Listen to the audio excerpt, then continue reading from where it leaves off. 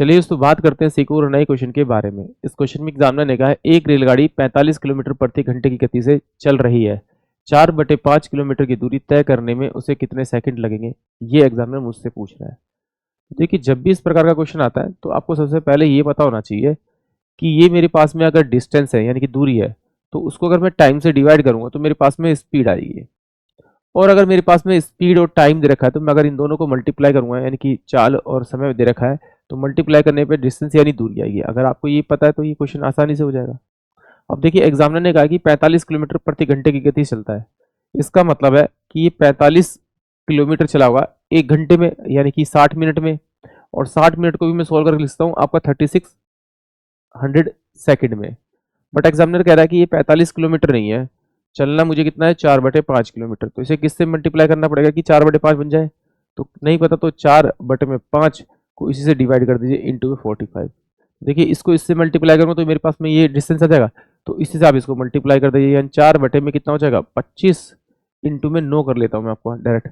9×5 45 होता है ना आपका, 9×5 45। ठीक है, इससे इसको मल्टीप्लाई करूंगा तो ये 25 चौके 100 हो जाएगा और 9 चौक 36 हो जाएगा और ये 64 यानी 64 सेकंड वो लेगा 4/5 किलोमीटर दूरी को तय करने में। यानी कि ऑप्शन जो बी होगा वो इस क्वेश्चन के लिए करेक्ट होगा। और अगर नहीं करना तो फिर भैया डायरेक्ट करना है तो बिल्कुल डायरेक्ट कर सकते हैं अगर आपको पता है तो। बट करना तो आपको इस तरह से पड़ेगा क्योंकि एग्जाम में जैसे जैसे क्वेश्चन टफ होंगे तो फिर मेथड आपको थोड़ा शॉर्ट करने के लिए कहीं कहीं बार ये यूज करना पड़ेगा।